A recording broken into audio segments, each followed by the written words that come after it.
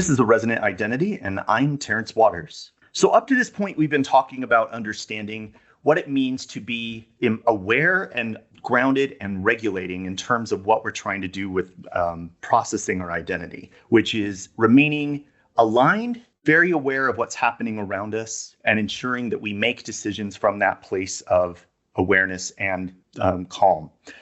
This is in relation to what we call data-driven decision-making, which is allowing us to calm down the cues and narratives that happen in our mind. And then from there, being able to notice what's happening around us through a data-driven decision-making lens, which then allows us to ensure that we're making decisions through what we call the window of choice, which is our widened window of choice when we are able to quiet down those cues, understanding what's happening around us, and ensuring that we are feeling resonant with the decisions that we make in line with our identity. David Allen Brown has taught personal empowerment, leadership, organizational development, self-discovery, and spirituality for over 30 years. He is the author of the book, Answer the Call, What to Do When the Spirit Arrives to Transform Your Life, and also the Self-Help Paradox. He has led classes and services in progressive congregations in Ohio, Kentucky, Indiana, and Florida. He served for a decade of New Thought University Center in Cincinnati, Ohio,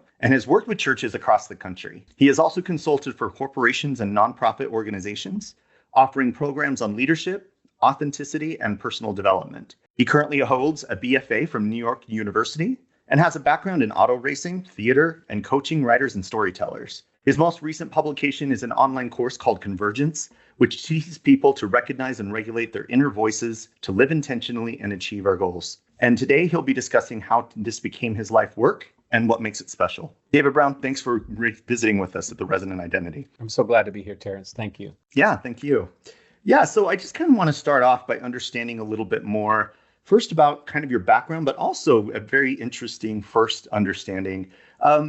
As you're coming in today, tell me kind of how you're arriving today in terms of like your body, your cues, your understanding of your personal self, and kind of what you're wanting to get out of this first. I just want to understand kind of your personal idea there. Yeah, that's great. It's that whenever you ask that question, it causes me to like put my feet on the ground and to sit and you already used the word attunement and sort of right. How am I showing up today? And today's kind of a scattered day. I have a little bit of travel upcoming, so there's a lot of little details. It's a Monday morning, so there's some emails to catch through. But what being in conversation with you allows me to do is to just set all of that aside.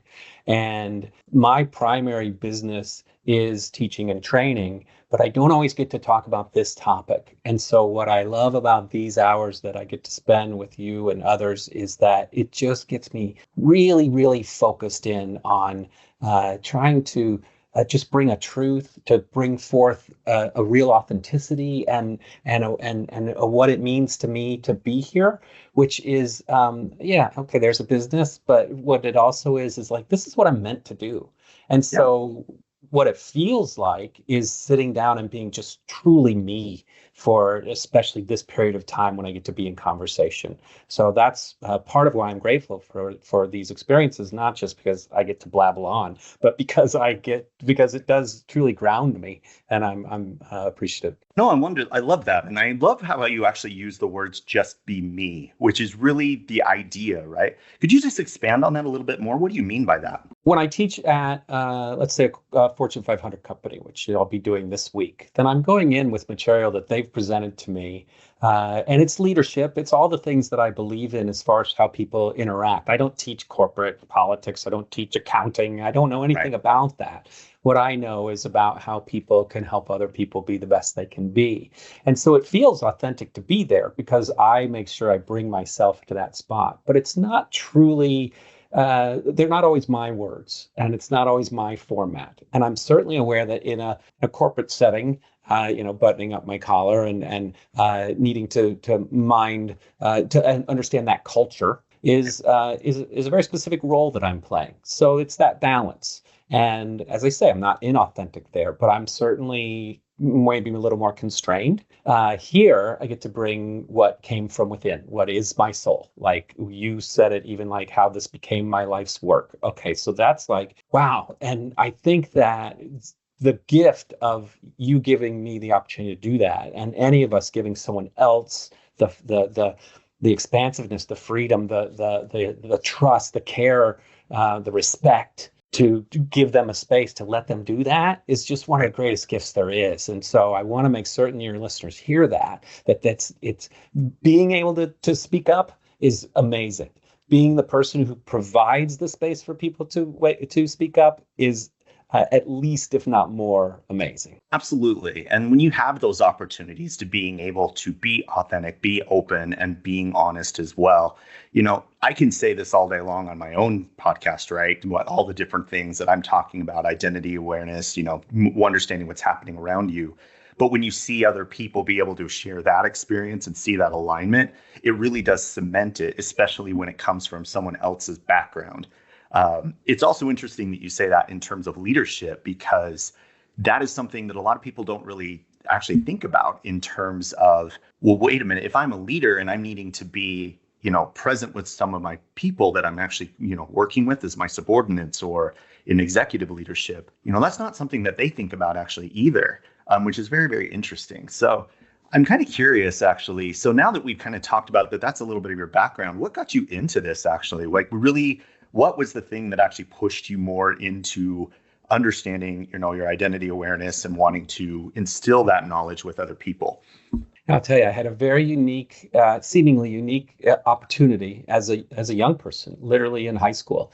I was outgoing and I was in the student government. And one day a letter came across my desk from the dean or somebody that said, hey, there's this new program. I was in Indiana at the time. That's where I was raised. That's called the Indiana Teen Institute, which sounds very formal. And what it was a funded program by different agencies in the state, and it was designed to help young people develop leadership skills to make an impact in their communities. And in particular, in that day and age, it was about helping our peers make healthy choices about drug and alcohol and drunk driving and the rest. And so, yeah, that's what we did. We went for a week and they taught us, facts and insights about that particular topic. But what it really was, and I kind of recognized it at the time, but much more so as I went on the youth staff for 2 more years and then the adult staff for another year, and then did 4 years of work with the group after college, and then started visiting the same program in other states. What it really was a personal development program. I mean, we were in small groups that at the time we called families of people we'd never met before. And a facilitator was creating this amazing psychologically safe space, which we didn't know that's what was even happening at the time. Maybe wasn't even called that at the time. We were just developing these opportunities to be trustful. Exactly what I was just talking about, like creating an atmosphere in which people were able to be super authentic, to really talk about what was going on in their lives, and then to be affirmed at how amazing and powerful and incredible they were, and through exercises and team challenges and the talent show, all that sort of summer campy stuff. But then I left that program and became very involved in my community just as a leader, but kept returning to that program because of the heart pull of, wow, this is really, this is what life is. This is, and so, I mean, I went to college to be rich and famous in film, and that didn't, and then I was immediately pulled back to this heart-centered work. When I started to add a layer as I grew into my 20s of kind of an understanding of a spiritual aspect of it, of an energy exchange, of really kind of the dynamics that are interpersonal that go beyond function, let's say, then the goosebumps really started to rise up. Then I really started to feel attuned and aligned, like, oh, wait, now we're on to some big answers here. And then, of course, 30 years later, between fits and starts and ups and downs and trials and tribulations and being very successful at that some days and completely ignoring at others, here we are having lived the life. Yeah, it's crazy that you say a lot of that actually, Case, because a lot of the things that you're mirroring are really what it is that we talk about in terms of identity coherence and so forth, which is really like when you're describing the goosebumps and the feelings that you're experiencing, what we call light cues, those things of like pure resonance, pure joy, pure excitement and something that you truly feel aligned with, not just simply because you enjoy doing so, but your entire being lights up. It just happens to be that piece. And that's literally what resonance is. That's actually what you're describing. And so I'm really excited to see that that's actually been great for you. And you mentioned that you had already done like leadership work, that you were doing that, but you were also kind of doing this on the side. You mentioned that you were wanting to bring that into your own program. Is that kind of where that led? Is that you started seeing this in leadership, or what was the case there? Just curious. Yeah, I mean, the doors that were open for me were in leadership and in particularly nonprofit and organizations that worked with young people in particular, because that's where my background was. So I'd go into schools and do everything from a full, keynote to the student body to doing full. To do like a week-long program to help them develop their student leaders, or even just an afternoon seminar or something like that. So whenever those opportunities came around, that's pretty much where I was and where I found those programs. When I started to fold the spirituality into it, I was still highly aware of where I needed to be secular. That's part of what we were just talking about was, okay, so I'm teaching all of this stuff, but I'm leaving out that sort of, woo-woo part, Right. Okay, that's great, but it's not fully me. And so that's when I started writing. My first book is The Self-Help Paradox, which is really kind of an exploration of spiritual ideals in the midst of how well we confuse ourselves with all the different modalities that are out there. My second book was, as you mentioned, Answer the Call, which was after my mother's battle with leukemia, which became, the first book was very theoretical. The second book became very practical, because here was all this stuff that I thought I knew. And wow, do I really have to start putting it into action in the midst of a crisis now? And so that's how that developed. Again, lots of in between there. And then all of a sudden, as I went through dramatic and a lot of change in the last, say, 6 years of my life, began to just pull so many different pieces together, became reacquainted with so many of the different tools that I had sort of laid down for a while, and realized that they really mesh into sort of a new thing that I can teach and share. Yeah, and it is really interesting that you actually say that as well. With the experience and work that I have been doing I'm calling it my social resonance theory, which is the idea that identity coherence essentially is what allows people to be able to influence and change what the systems that they are a part of based on their internal resonance. But when I was doing that, I actually have been able to borrow, kind of very similar to you, mentioning how you're talking about not just taking the spirituality, which is a very important thing, how you believe in, whether that's yourself or a higher power or whatever, but it also has roots in like psychology, neurobiology, like philosophy, a lot of those different areas where I'm talking about like Aristotle or the polyvagal theory, or like all of these things that just all of a sudden seem to really come together. Has that been your experience as well? Has you been starting to understand, or? Yeah, I think that's part of where that resonance for me comes from, where that enthusiasm comes from, which is just suddenly being able to say, oh, right, it's this understanding, especially as I begin to learn more and more about neurobiology and brain function, and how, what patterns are, and the different just chemical responses that we have to different things. Going back to, a lot of my work is about this self-awareness, and I do it in a very communicative way. It's a conversation. Well, recognizing those internal voices goes back to something I did instinctually almost as a child, but then learned throughout my education about, the ego and the id and the superego, or, Jungian philosophy, or, recognizing that. And so, yeah, suddenly all these things sort of seem to come together, and rather than try to complicate them or get too academic about them, where I came to at this point in my life is, but how am I actually functioning with these things? And I loved your introduction. It's like, okay, so we can know all these concepts, but how is that really working for me?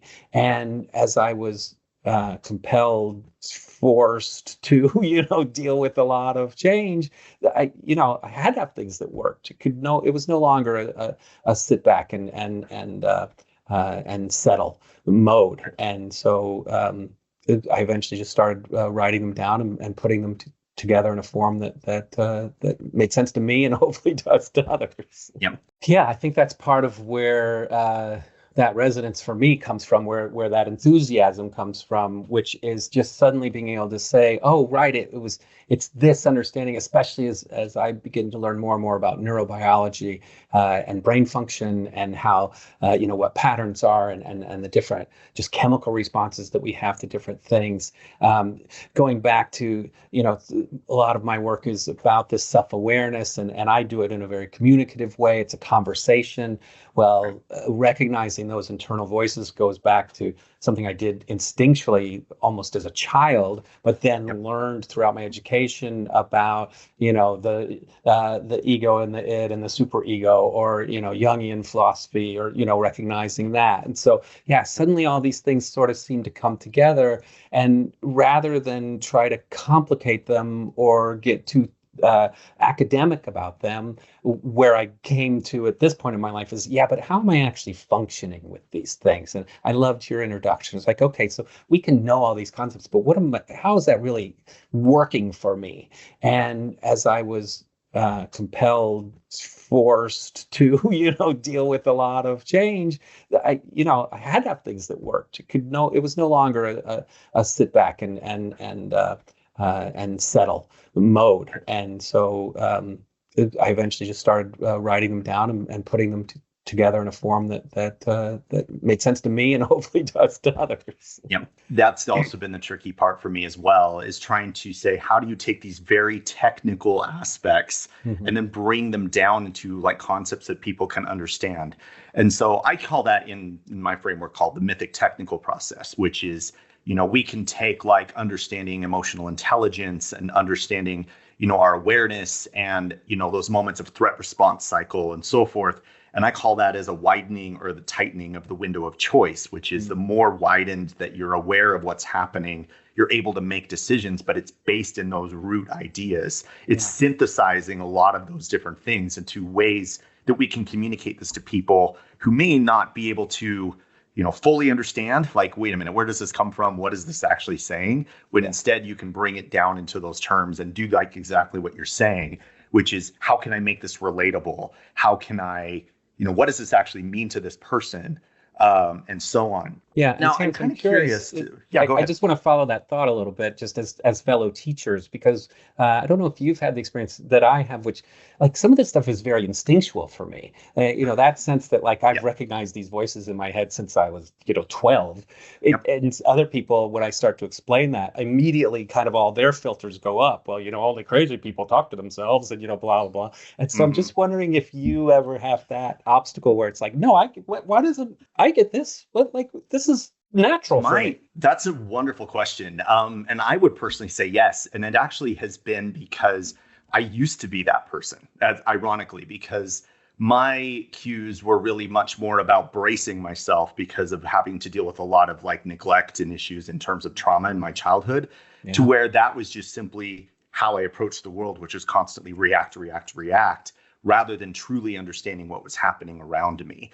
Okay. And so then moving it into, this is what actually awareness is. This is what's happening around me. Here's how I can listen to people, not feeling like I have to constantly react or respond to things.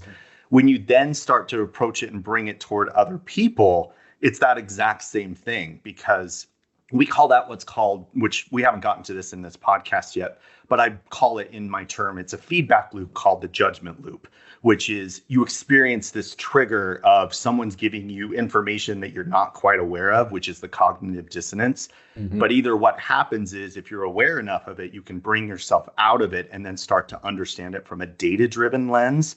But if you're not, then what happens is the brain naturally starts to go down this is not right, I'm experiencing this, I'm unlovable, like all of these narratives and cues that really push you down that path. And if people are much more emotional in terms of their responses, they then start to understand things in terms of emotional response, which feels right because it relates to what you're talking about, which is the past experiences of our lives. And so, yes, that actually it's a big blocker. It's a very difficult thing to really be able to show people it is okay to actually kind of challenge those ideas and recognize that who you used to be is not who you are today. Oh, but okay. it takes that level of making sure that you're being much more, I guess the word is empathetic and attuned into what it is that they say, like you're mentioning, but at the same time recognizing that sometimes people are just not ready to hear that information either. And so it takes a lot of patience. It takes a lot of understanding. But I think that's what's helped me personally, is that I recognize that I used to be that person. And so I have a lot more of that, hey, I get where you're coming from, and this is actually what you're feeling, just to kind of give them that little bit of like understanding. Hey, I'm not here to come against you. We establish it with what's called the human element, which is what I say, which is helping people feel safe, helping people feel, calm with what we're doing. Yeah. So to answer your question, it definitely has been a tricky thing to really understand. But at the same time, I really do appreciate those moments, because then when people start to say, well, wait a minute, what's happening here? You start seeing their gears turning, and then they start lighting up. And then there's that shared resonance that happens back and forth. That's the joy of teaching, for sure. It really is, because you see that little piece, and that just reaffirms what it is that I do, which is just saying, and I'm sure you feel the same way, this is exactly what we're trying to do. This is why I'm doing what I'm doing, because you then start to see that other people are now being able to be enlightened by that. So we're going to take a break here just real quick, just to be able to move forward. This is the Resonant Identity. This is Terence Waters interviewing with Dave. We'll be right back. Let me redo that. Hang on just a second. This is Terence Waters interviewing with David Allen Brown. We'll be right back. This is the Resonant Identity, and this is Terence Waters. Welcome back. So up to this point, we've been able to discuss a little bit more about understanding how people experience emotions and issues in relation to their experience of identity transformation, how they're able to overcome their past traumas and experiences, and how they're able to become much more aware of themselves. So we'd like to talk a little bit more about understanding how we can bring people into what it looks like through those turning points, how we can find ways that we can bring the people that we're trying to come together with and ourselves to being able to make that shift to understand of our identity and being able to overcome those cues and narratives that might tell us otherwise. And so what I'd like to ask specifically there, Dave, is understanding, was there a specific turning point that helped you push yourself into deeper embodied awareness, like maybe a crisis, an awakening? You did mention like your mother and your leukemia circumstance with her.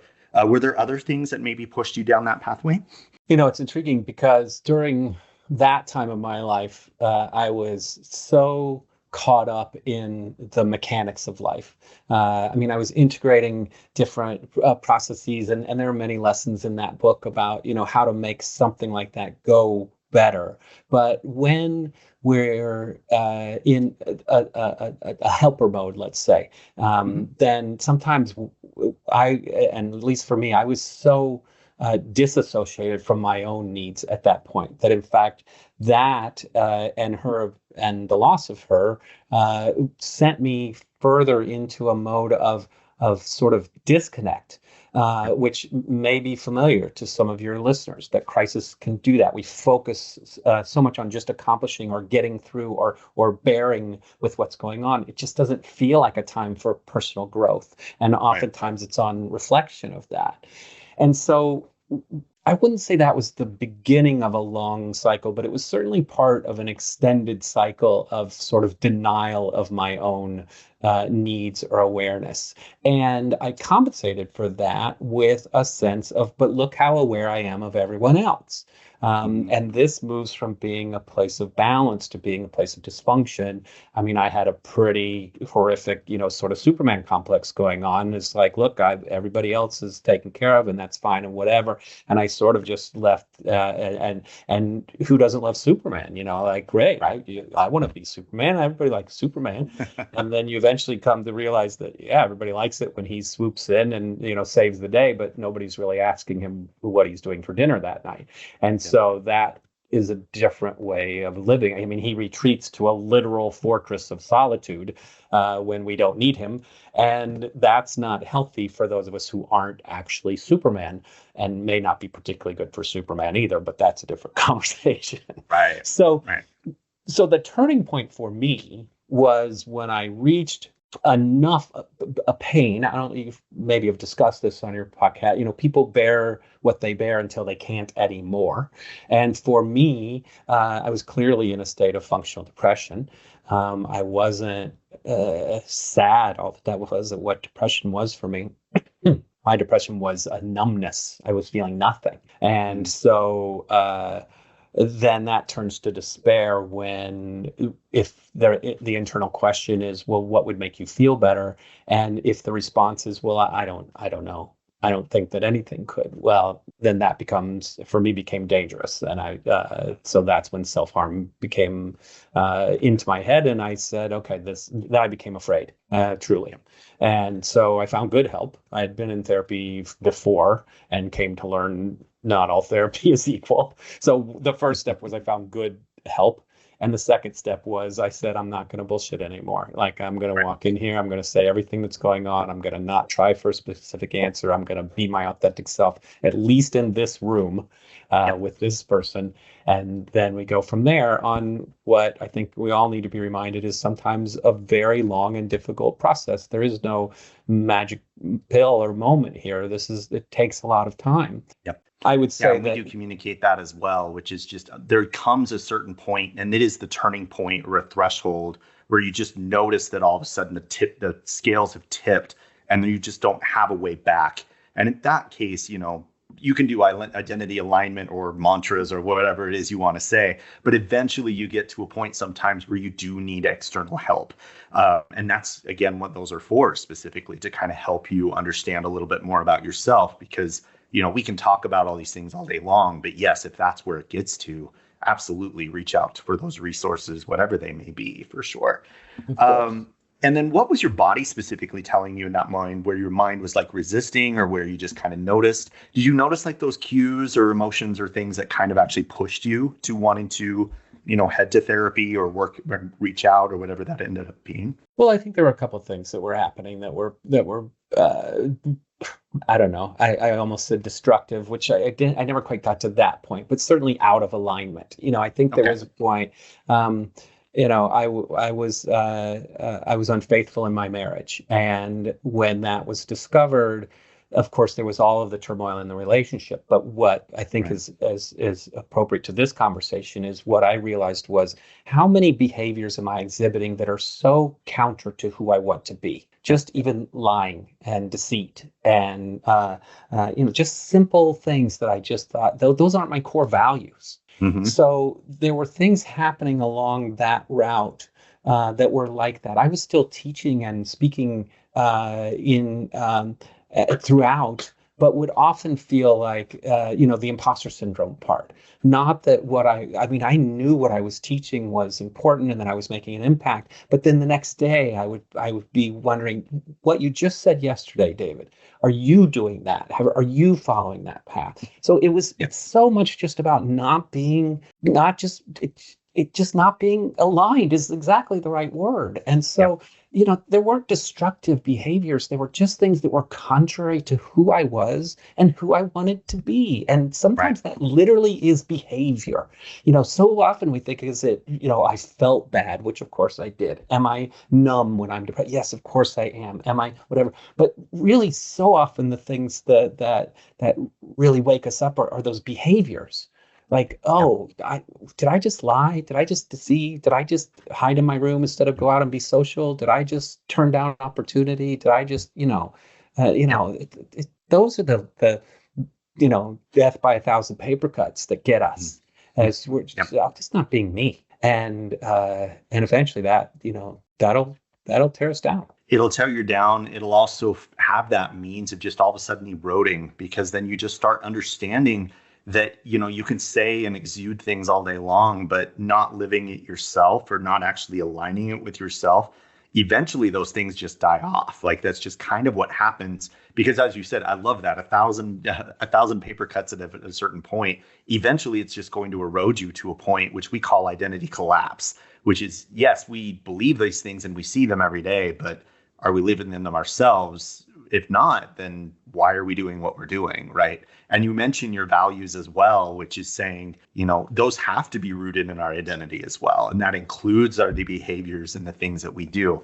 So it's really great that I'm seeing these kind of parallelisms, because it really affirms kind of the same ideas, which is, we can have these cues and different things that fire that kind of give us those warnings, that stress, that feeling, or lashing out or whatever. And we can say that we have those value virtue systems, the things that we want to embellish, but they have to be rooted in a sense of self. They have to be rooted in that ability for us to be able to say, well, we're going to be able to do what we preach as well, right? Yeah. So it's really great to hear that you're doing that same exact thing, that happened before, because it actually really does show that point of alignment and resonance, because those distortions and those dissonant aspects that you're kind of mentioning, I mean, we all make mistakes. We're allowed to be human. We're allowed to be able to show ourselves that we make these things. But it's that inflection point where we notice it. That's where we can then be able to make that shift. And it sounds like that you've really done that. So that's very commendable.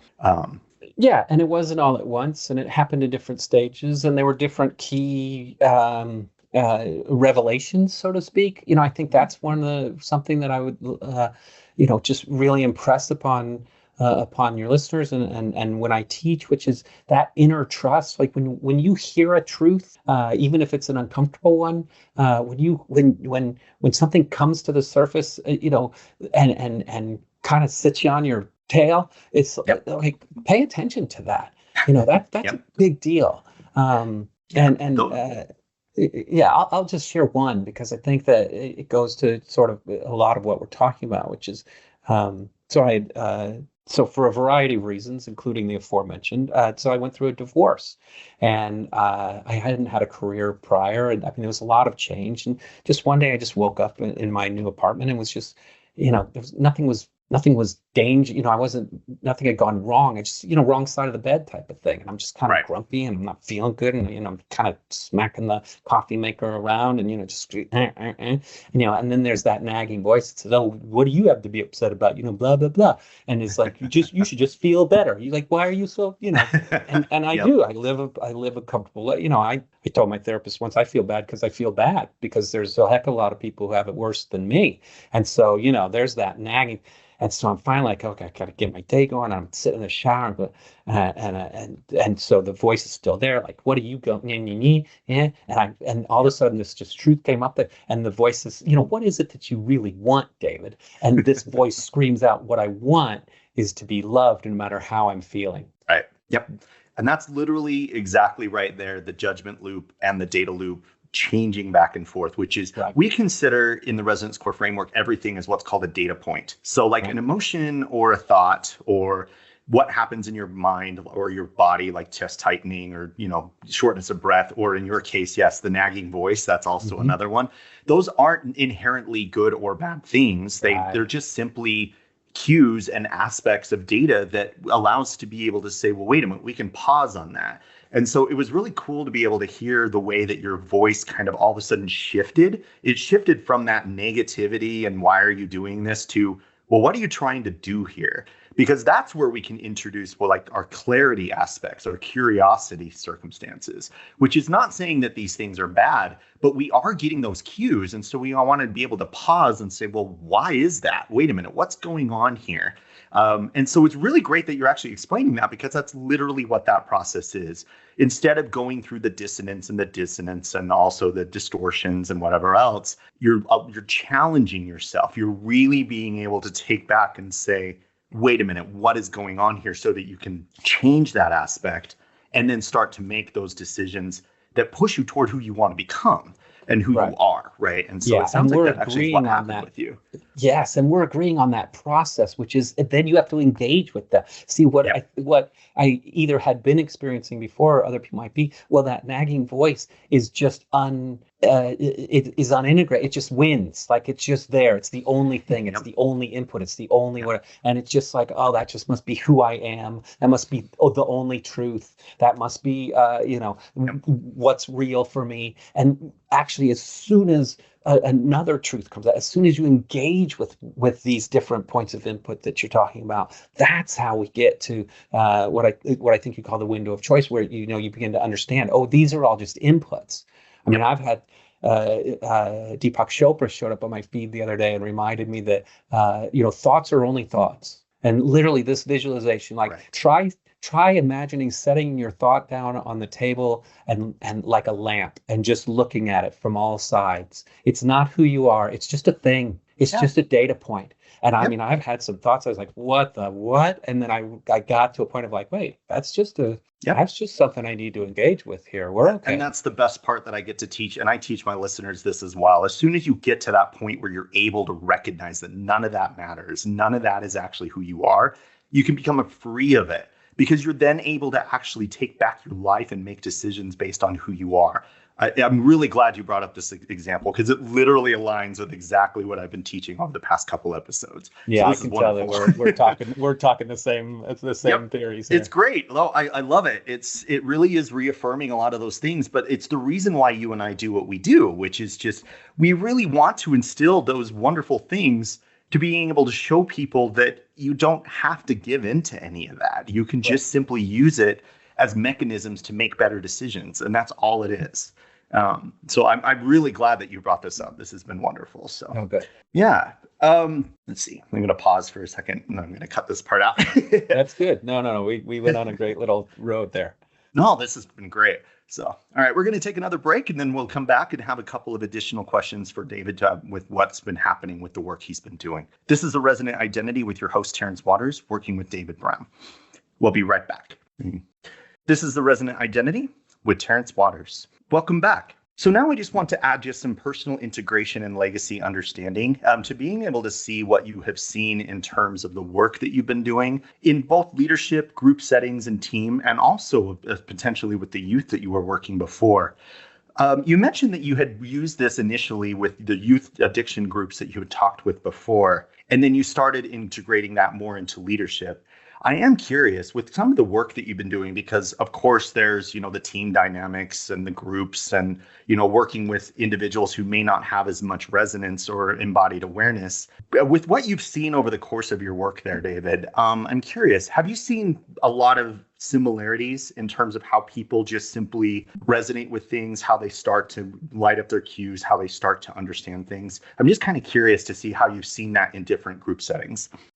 I think the most common denominator, and we talked about it a little bit in the earlier segment, which is this understanding of values. Yep. And so sometimes if I'm doing an organizational workshop, like with a board of directors or whatever, or sometimes if I'm doing something that's very personal, where each person is sort of on their own path, we almost always start with a place of, well, what are your values?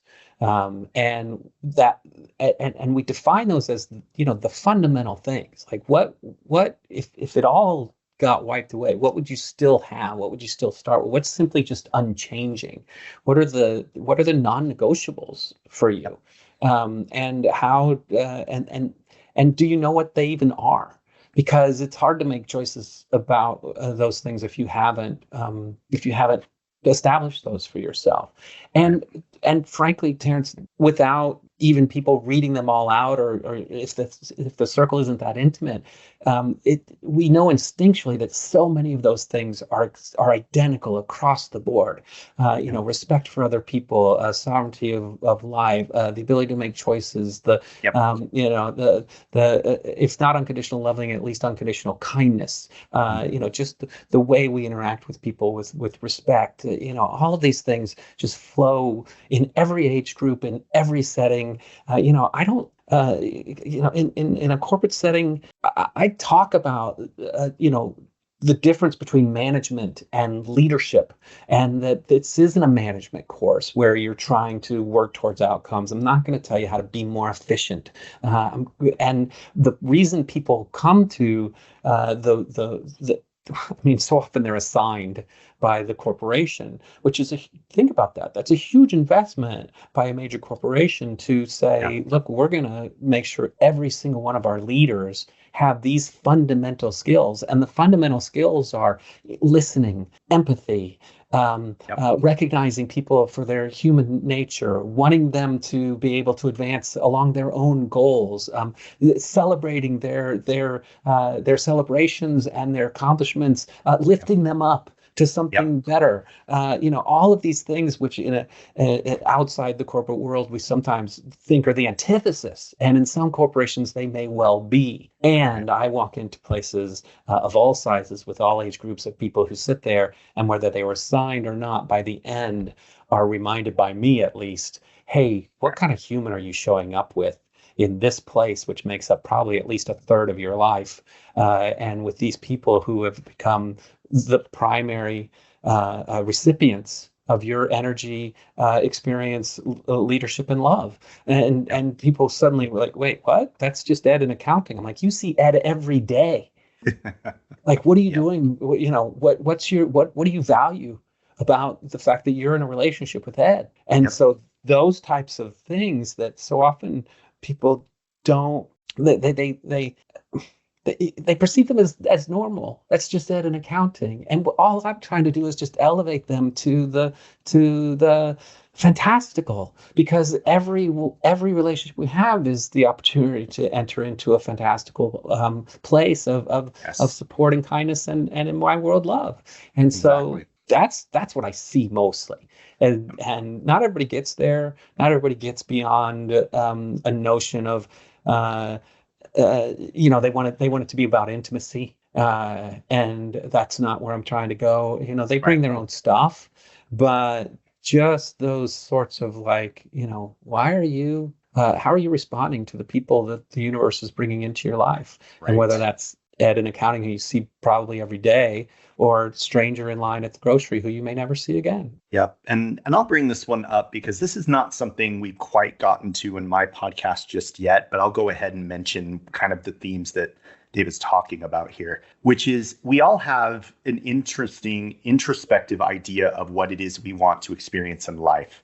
So the value virtue system, kind of what we've talked about before, and how we use what are called drives. Drives are basically the inaction of those activation, I guess I should say, of those actual value virtues, how you actually make an action aligned with your value virtue system.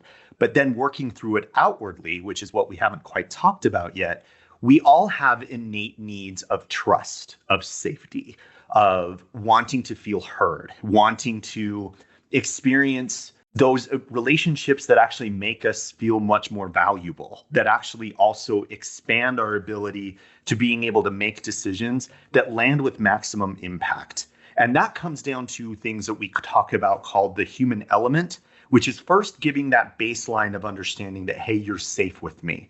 You're able to make decisions with me because I'm not going to judge you for any other aspect of what it is you believe in or what you stand for or so on, because those don't impact me. But then I have that ability through empathy, through attunement, and what we call somatic discipline, to understanding how do I quiet my cues and ensuring that I am fully aligned and listening with the person next to me through what we call whole brain listening. And what this does is it allows the person to being able to listen and understand what the person is saying, that not saying you have to take that on, not saying you have to agree with them or anything, but it allows you to being able to say, well, why does this person actually exist in my life? Exactly what you were talking about before. What makes this important to me? What makes this relationship special to me? Why am I choosing to allow this relationship, regardless of the circumstances, to be there? And so if you can use those aspects of outward facing understanding and trust and process, people are much more likely to agree with you and come into your life to where you can then make those decisions that impact not just your life, but other people's as well. So, and that's exactly what you're saying, essentially, which is, kind of a different way around it, but you literally said exactly how it is that we see this in the Resonance Core framework. So that's really, really cool to hear. So, yeah, I think we're very aligned there. I think what I would reflect back to is we're all seeking that. And and therefore we need to be providing it as well. Yep. And so one of the delightful things that I do is just as in, when I was a teenager, I was tricked into, tricked into becoming an emotionally intelligent person. I'm walking into these corporations where they're figuring out bottom lines and deadlines every day. And I'm saying, oh, by the way, you can be a human being here too, and your life can be better, and maybe fulfill some of those basic virtues and values that we were just talking about. So yeah, we're doing the work here. Exactly. And that's really where that comes back and forth, is that when you kind of bring it out of the workplace of the rigidity and all of those things, again, we're all just human. This is a universal aspect that we all need. And when you start to see people in that light, it actually makes a lot of those externalities and those kind of weird things we think about, they really don't matter as much, because then you start just seeing people for who they are. And then at that point, you're able to actually relate to people much easier. Yeah. And I think to fully answer the question that you asked initially, which is, what do I see consistently, is just how much people respond to and want this in their world. We are continuing to create systems and, of course, now technologies that seem to want to cut out the human experience. And every time we do, as much as people fear that will be the result, what I so consistently see is the quote unquote backlash, or the call back to, oh, no, what I really want, or what I also want, is this. And so in a time when there is so much uncertainty about, are we all just going to become technobots? They're actually, what I'm witnessing in real time is people saying, how do I counter that? I want to, I need to, I'm longing to, I'm urging to, whatever. So, I mean, the fact that, I'm working with a company right now that hasn't done leadership development training in more than 25 years. And they were like, how's it going in the room? And I'm like, I'm not sure I've ever seen a hungrier group of executives for this type of interaction. Like they're so thrilled to be at least reminded, if not taught for the first time, people have been in the company for 20 or plus years that, oh, right, humanity is important. It's like, okay, good. Glad I could help. Which is just a very, very simple, easy to understand thing. But and that's the most interesting part of it. When you start understanding universal truths and human needs and some of those things, they're so simple. Yet to try to actually explain how to make that work becomes so profound for so many people, because we have all of those premonitions of, sociality is scary. I'm not sure if I can handle this. I'm an introvert. I normally like staying at home. It's like, well, yeah, that may be true. But at the same time, you have the ability of actually bringing yourself to the table in ways that a lot of people don't realize you can. Yeah, and so it's really great to hear that actually is happening in your experience. Absolutely. Yeah. Oh, that's wonderful. And then I would just probably close with this case. If you could give people just one embodied insight from what it is that you've learned over your experience, like what would that be and why? I would say this, that your superpower is your authenticity. And, yeah, I agree. Even just going back to what we were talking about, we as humans have managed to make things so complicated and drive ourselves into, such convoluted understandings of what success is, or how we should measure where we are, or where we want to be, or the rest. But what do we truly celebrate in our culture, really across time, it's innovation, it's insight, it's uniqueness, it's, oh, look at that special talent that they have. Oh, look at that amazing insight they brought. Oh, look at that experience they've had that they've shared. Oh, look what I learned from this person because they did something that I had to. These are this is the grease of the wheels of human experience. And so whatever it is that makes you unique, that makes you authentic, that you think, even as I say, I go into these corporate places, I need to be a certain thing. And then I literally, before I walk through the door, say, bring yourself here, David. That's what works the best. I wrote cover letters to companies for years that were what I thought they wanted to hear. And when I realized that they see 100 of those a day, and I started writing them sort of abstractly and from a place of creativity and authenticity, boom, interviews just kept going. They're like, oh, that's that unique person. That's what we're looking for here. That's what will help us. And so I would just remind your listeners, remind me each day, like it's that authentic, unique, amazing self that you are. That's the difference between putting gas in your engine and putting jet fuel in your creative and manifestation engine and all the things that Terence and I are talking about. Like it's just the thing that makes it go forward. And so just be you, and the people who are going to make that be exceptional will come to you like moths like to a flame. And the people for whom that's not their bag, let them go, because you being you is really just what's required here, and not just required, like I'm eager because from the external I'm like, oh, I want that so much, but I also share it because I know that it will propel you, listener. I know it will. Like it, I'm amazed at like the things that have come to pass once I stepped into my authentic self. And I know that can happen for individuals too. For anyone. Yeah, it's true. And again, if you just saw me being able to actually say, I was like applauding as you were starting to say some of those things. It literally is about identity and authenticity. And so I'm really, really glad that this has been aligned. And this has been a wonderful experience. Like you have said, so many of the different things that we're trying to embody here on the Resonant Identity, a lot of the things that I'm really hoping people will be able to utilize to be able to find themselves and being able to push themselves into who they want to become. This is all identity transformation, and it all starts with the self. So, David, I really do appreciate you coming on this podcast and kind of interviewing with me. This has been wonderful. I just also want to invite my listeners to kind of mention the two books that David was talking about, which was Answer the Call, What to Do When the Spirit Arrives to Transform Your Life, and also the Self-Help Paradox. Please feel free to go ahead and reach out on those and start to understand more about how you can achieve your identity transformation as well. And just want to say thanks again for listening. If the episode resonated with you, I just invite you to subscribe, review, and like this on your favorite podcast service, as it does help us get the word out. And you can find the Resonant Identity again on your favorite podcast service and also on YouTube and the resonantidentity.com. And you're and you're more than welcome to email us as well with your resonant stories and identity management. Please let us know about those at mail@theresonantidentity.com. Have fun, be safe, know who you are and what you stand for, and make choices aligned with your true and chosen identity. And stay safe out there. Thank you so much, David, for coming on the Resonant Identity.